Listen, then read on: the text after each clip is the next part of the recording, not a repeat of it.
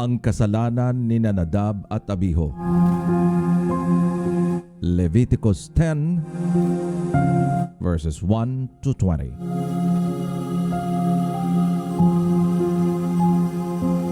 Ang dalawang anak ni Aaron na si Nadab at Abihu ay kumuha ng sunugan ng insenso. Nilagyan nila ito ng apoy at nagsunog ng insenso at humarap kay Yahweh. Ngunit gumamit sila ng apoy na hindi nararapat sapagkat hindi ito iyong iniutos sa kanila ni Yahweh. Kaya't mula kay Yahweh ay lumabas ang apoy at tinupok sila. Sinabi ni Moises kay Aaron, "Ito ang kahulugan ng sinabi ni Yahweh. Dapat akong kilalaning banal ng sino mang lumalapit sa akin at dapat akong parangalan sa harapan ng mga tao." Hindi nakaimik si Aaron. Kaya't ipinatawag ni Moises sina Misael at Elzaphan, mga anak ni Uzziel na tiyo ni Aaron, at sinabi sa kanila, "Alisin ninyo sa harapan ng sanktuaryo ang bangkay ng inyong mga pinsan at ilabas ninyo sa kampo." Lumapit nga ang dalawa at inilabas nila ang mga bangkay na suot pa rin ang kanilang mahabang panloob na kasuotan.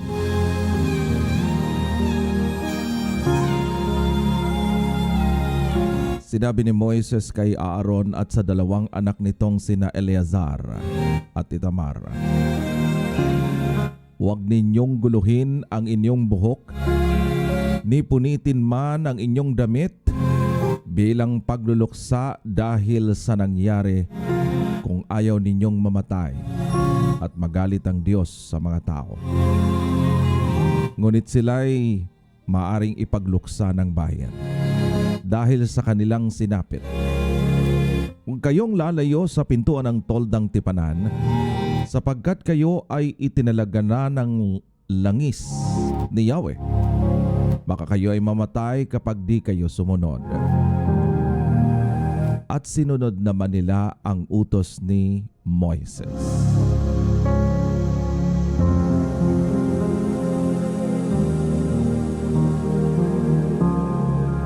Mga tuntunin tungkol sa pagkain ng mga pari. Sinabi ni Yahweh kay Aaron, "Kung ikaw at ang inyong mga anak ay pupunta sa toldang tipanan, huwag kayong iinom ng alak o anumang inuming nakakalasing. Mamamatay kayo kapag ginawa ninyo iyon. Ito ay tuntunin na dapat tuparin ng lahat ng inyong salinlahi. Dapat ninyong malaman kung alin ang sagrado o hindi at kung alin ang malinis o marumi. Ang lahat ng iniuutos ko kay Moises ay dapat ninyong ituro sa sambayanang Israel."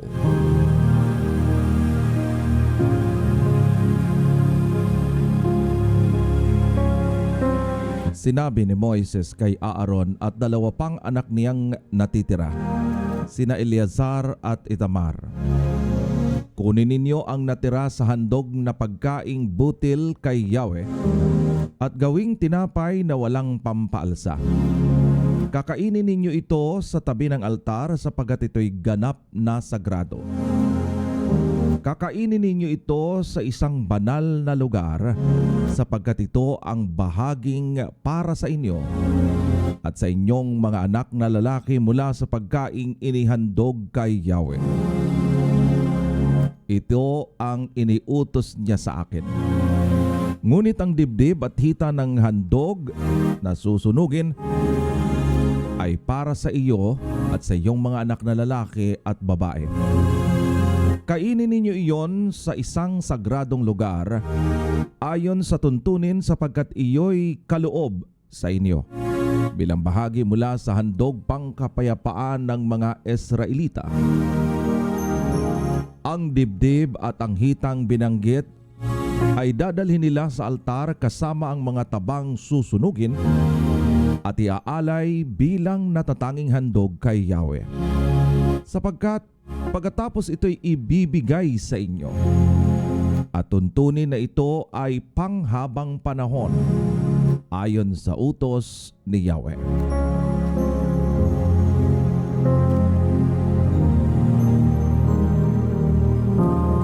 Nang siyasatin ni Moises ang tungkol sa kambing na ihinanandog para sa kapatawaran ng kasalanan, natuklasan niyang iyo'y nasunog na. Nagalit siya kina Eleazar at Itamar at ang sabi, "Bakit hindi ninyo kinain sa banal na lugar ang handog para sa kapatawaran ng kasalanan? Hindi ba ninyo alam na ganap na sagrado iyon at ibinigay sa inyo para kumatawan kayo sa buong bayan ng Israel sa harapan ni Yahweh upang sila'y patawarin niya sa kanilang kasalanan? Sapagkat ang dugo niyon ay hindi dinala sa loob ng sanktuaryo. Dapat sana'y kinain ninyo roon ang handog para sa kapatawaran ng kasalanan gaya ng ipinag-utos ko." Ngunit sumagot si Aaron, "Sa araw na ito'y naghain sila ng handog para sa kapatawaran ng kasalanan at handog na susunukin. Ngunit ito pa ang aking sinapit. Kung ako ba'y kumain ngayon ng handog para sa kasalanan, ako ba'y magiging karapat-dapat sa paningin ni Yahweh?" Sumang-ayon si Moises sa mga sinabing ito ni Aaron.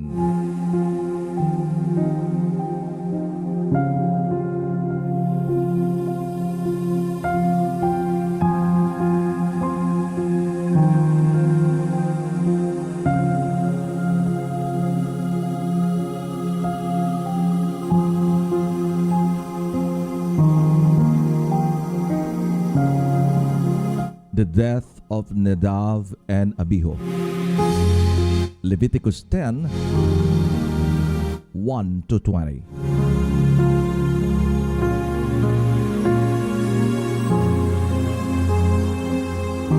Aaron's sons Nadab and Abihu took their censers, put fire in them, and added incense.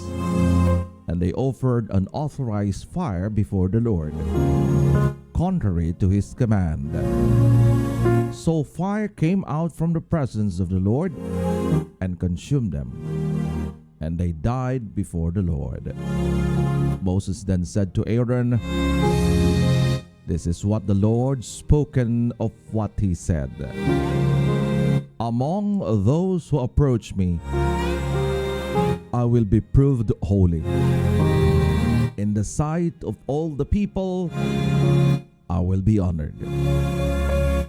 Aaron remained silent.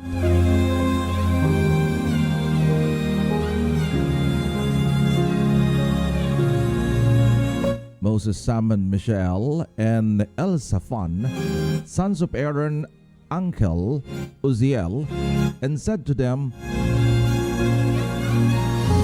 "Come here, carry your cousins outside the camp, away from the front of the sanctuary." So they came and carried them, still in their tunics, outside the camp, as Moses ordered. Then Moses said to Aaron and his sons Eleazar and Ithamar, "Do not let your hair become unkempt, and do not tear your clothes, or you will die, and the Lord will be angry with the whole community. But your relatives, all the Israelites, may mourn for those the Lord has destroyed by fire. Do not leave the entrance to the tent of the meeting, or you will die, because the Lord's anointing oil is on you." So they did as Moses said. Then the Lord said to Aaron, "You and your sons are not to drink wine or other fermented drink, whether you go into the tent of meeting, or you will die. This is a lasting ordinance for the generations to come, so that you can distinguish between the holy and the common, between the unclean and the clean. And so you can teach the Israelites all the decrees the Lord has given them through Moses. Moses said to Aaron and his remaining sons, Eleazar and Ithamar, take the grain offering left over from the food offerings, prepared without yeast, and presented to the Lord, and eat it beside the altar, for it is most holy. Eat it in the sanctuary area, because it is your share and your son's share of the food offerings presented to the Lord.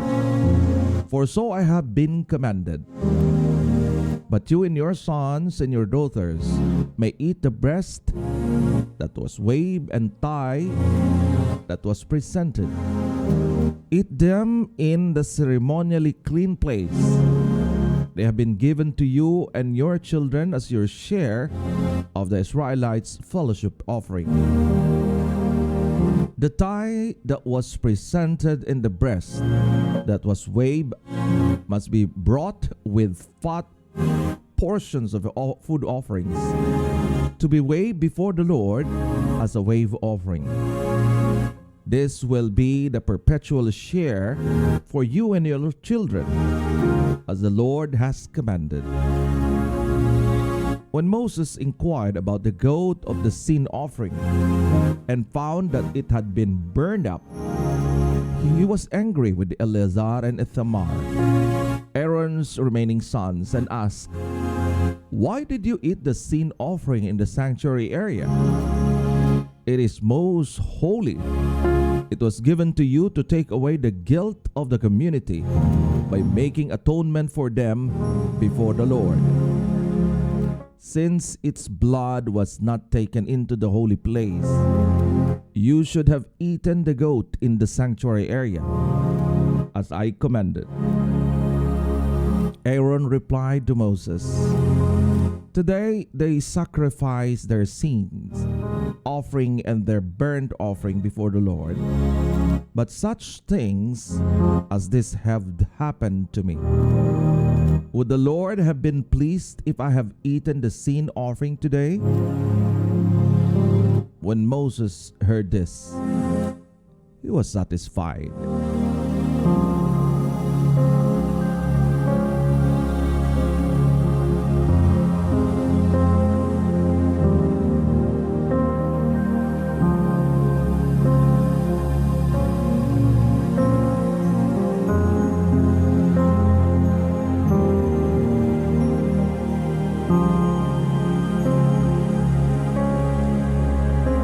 Mga hayop na maari at di maaring kainin. Leviticus 11:1 to 47.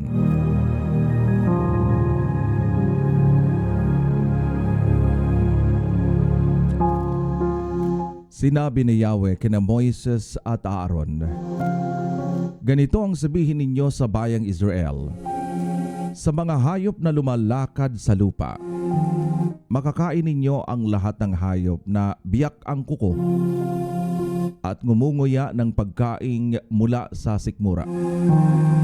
Kaya ang kamelyo kahit na ngumunguya ito ngunit hindi biyak ang kuko ay hindi dapat kainin."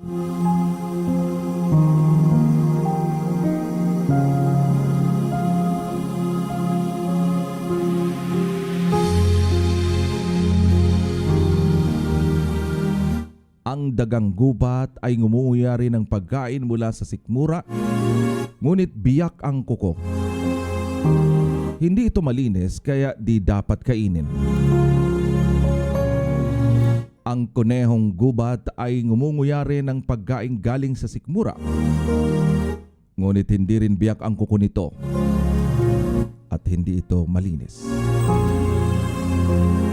Ang baboy, biyak nga ang kuko, ngunit hindi naman ngumunguya ng pagkain mula sa sikmura. kaya hindi ito dapat kainin. Huwag kayong kakain ng karne na hihipo man ng bangkay ng mga hayop na ito. Marurumi ito para sa inyo.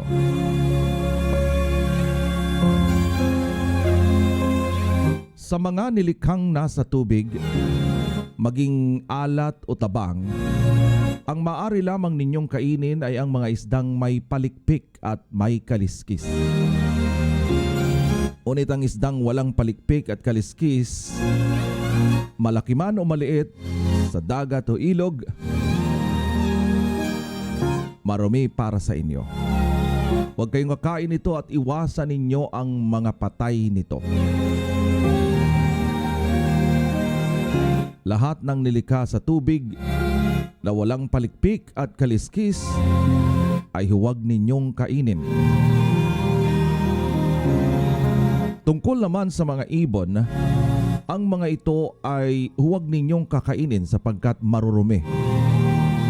Ang agila, ang buwitre, at ang agilang dagat, ang lawin at ang limbas, at ang mga kauri nito, lahat ng uri ng uwak, mga ostrich, panggabing lawin, lawing dagat ang mga kauri nito, lahat ng uri ng kwago, ibong maninisid ng isda, ang kwagong parang may sungay, at ang pelikano, ang lahat ng uri ng tagak, ang tariktik, paniki at kabag, lahat ng kulisap na may pakpak at may 4 na paa ay marurumi para sa inyo, maliban sa mga kulisap na lumulundag. Tulad ng lahat ng balang na mahaba ang ulo, balang na kulay berde at bawat balang sa ilang. Ang lahat ng naglipa ng lumilipad na may 4 na paa ay ituturing ninyong marurumi. Ang sino mang humahawak sa bangkay ng mga hayop na ito ay ituturing na marumi hanggang sa paglubog ng araw. Ang sino mang dumampot sa mga ito ay ituturing na marumi hanggang sa paglubog ng araw at dapat niyang labhan ang kanyang damit. Ang bawat hayop na biyak ang kuko, ngunit hindi ngumunguya ng pagkain mula sa sikmura, ay marumi nga at ituturing na marumi rin ang bawat humahawak nito. Ituturing ninyong marumi ang mga hayop na may 4 na paa, ngunit ang kuko'y hindi sumasayad sa lupa kapag lumalakad. Ang sino mang humahawak sa bangkay nito ay ituturing na marumi hanggang sa paglubog ng araw. Dapat labhan ang kasuotan ng sino mang humawak nito at siya ay tuturing ninyong marumi hanggang sa paglubog ng araw. Sa mga hayop na naglipa na sa lupa, ituturing ninyong marumi ang mga sumusunod: ang bubuwit, ang daga, at lahat ng uri ng bayawak, ang tuko, ang buwaya, ang butiki, ang bubuli at hunyango. Marurumi ang lahat ng ito at sino mang humahawak sa alinmang patay nito ay tuturing marumi hanggang sa paglubog ng araw. Kung ang alinman sa mga ito ang mamatay at lumagpak sa damit, kagamitang kahoy, balat o anumang kagamitang pang-araw-araw, ituturing na marumi ang nilagpakan nito hanggang sa paglubog ng araw. Kailangang ibabad sa tubig ang nasabing kagamitan, at kung sa palayok ito nahulog, ituring ding marumi ang laman nito at dapat nang basagin ang palayok. Anumang pagkaing may sabaw o inuming tubig na nalagay ay ituturing na marumi. Marumi nga ang anumang lagpakan ng ganitong uri ng patay na hayop.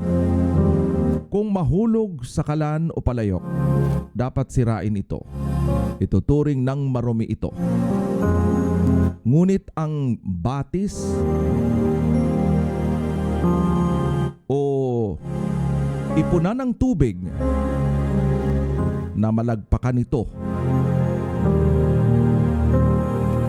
ay mananatiling malinis. Gayunman ang humawak sa patay na hayop ay ituturing na marumi. Kung ang patay na hayop ay lumagpak sa binhing pananim, ito'y ituturing na marumi hanggang sa paglubog ng araw. Dapat labhan ang kasuotan ng sinumang kumakain o bumuhat nito, at siya'y ituturing na marumi hanggang sa paglubog ng araw.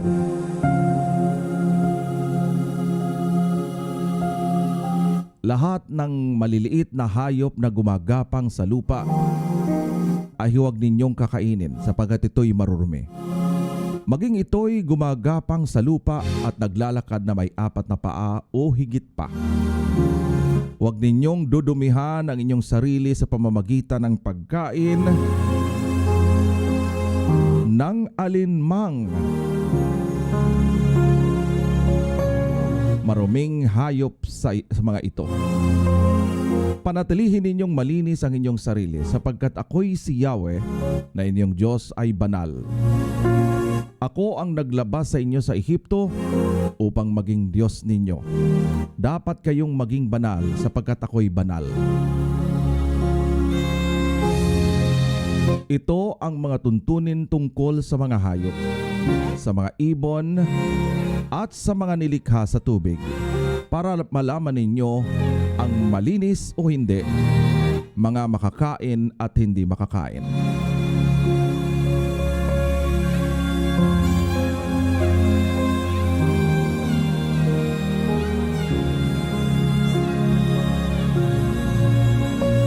Clean and unclean food.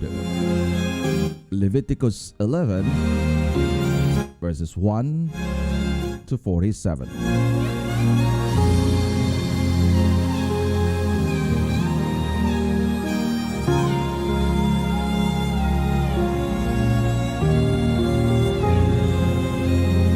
The Lord said to Moses and Aaron, "Say to the Israelites, of all the animals that live on the land, these are the ones you may eat. You may eat any animal that has divided hoof and that chews the cud.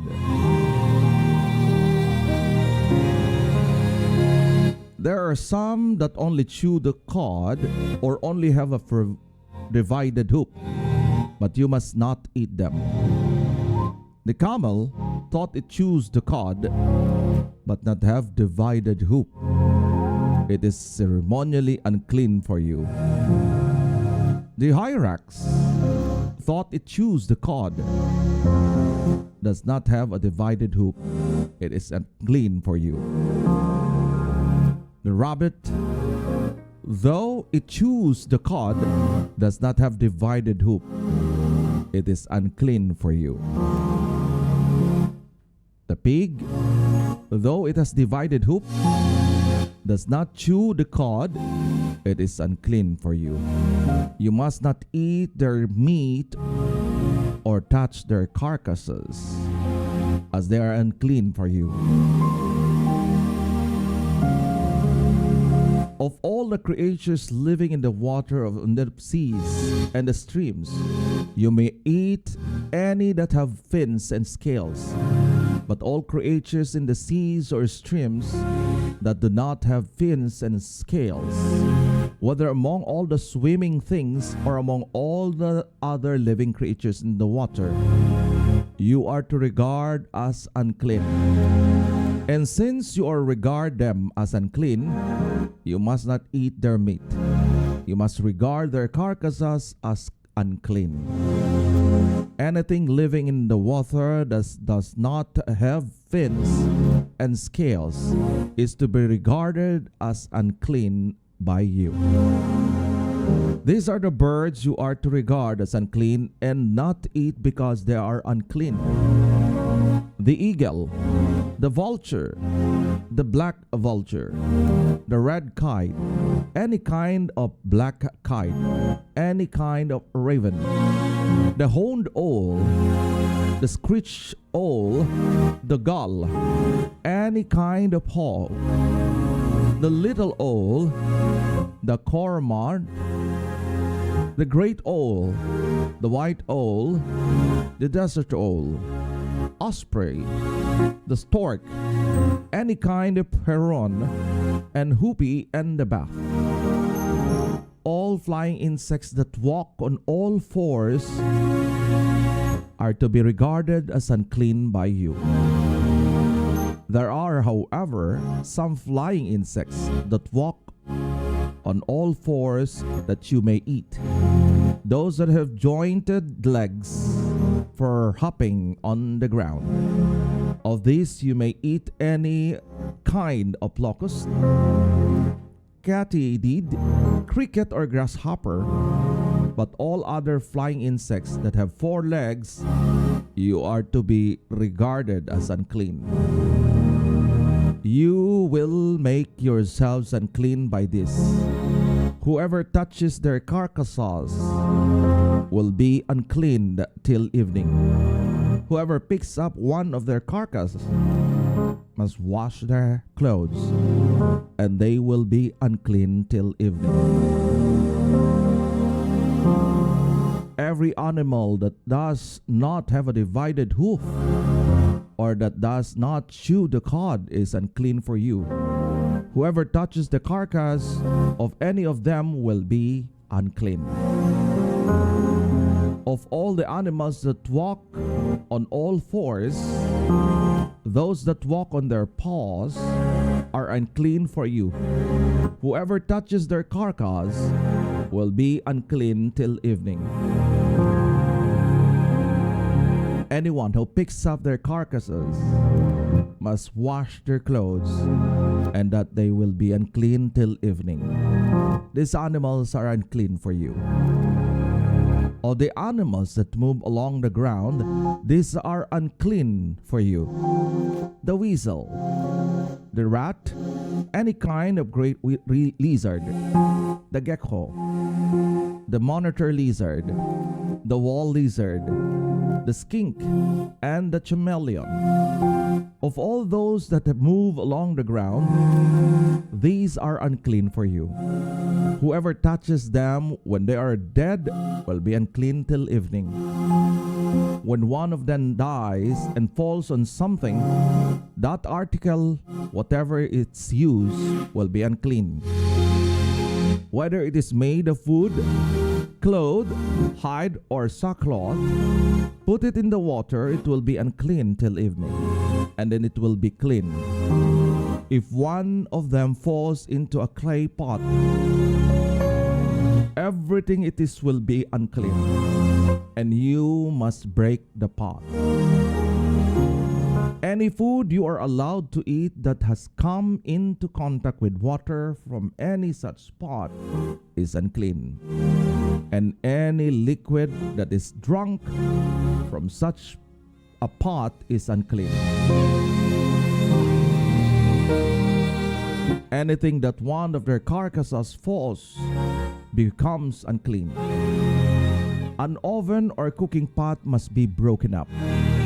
They are unclean, and you are to regard them as unclean. A spring, however, or a cistern for collecting water remains unclean. But anyone who touches one of these carcasses is unclean. If a carcass falls on any seeds that are to be planted, they remain unclean. But if the water has been put on the seed and carcass falls on it, it is unclean for you. If any animal that you are allowed to eat dies, anyone who touches it will be unclean till evening. Anyone who eats some of its carcass must wash their clothes, and they will be unclean till evening. Anyone who picks up the carcass must wash their clothes, and that they will be unclean till evening. Every creature that moves along the ground is to be regarded as unclean. It is not to be eaten. You are not to eat any creatures that moves along the ground, whether it moves on its belly or walks on all four or any many feet. It is unclean. Do not defile yourselves by any of these creatures. Do not make yourselves unclean by means of them, or be made unclean by them. I am the Lord your God. Consecrate yourselves and be holy, because I am the Holy One. No, do not make yourselves unclean by any creatures that moves along the ground. I am the Lord who brought you up out of Egypt to be your God. Therefore be holy, because I am holy. These are the regulations concerning animals, birds, every living thing that moves about in the water, and any creatures that moves along the ground. You must distinguish between the unclean and the clean, between living creatures that may be eaten and those that may not be eaten.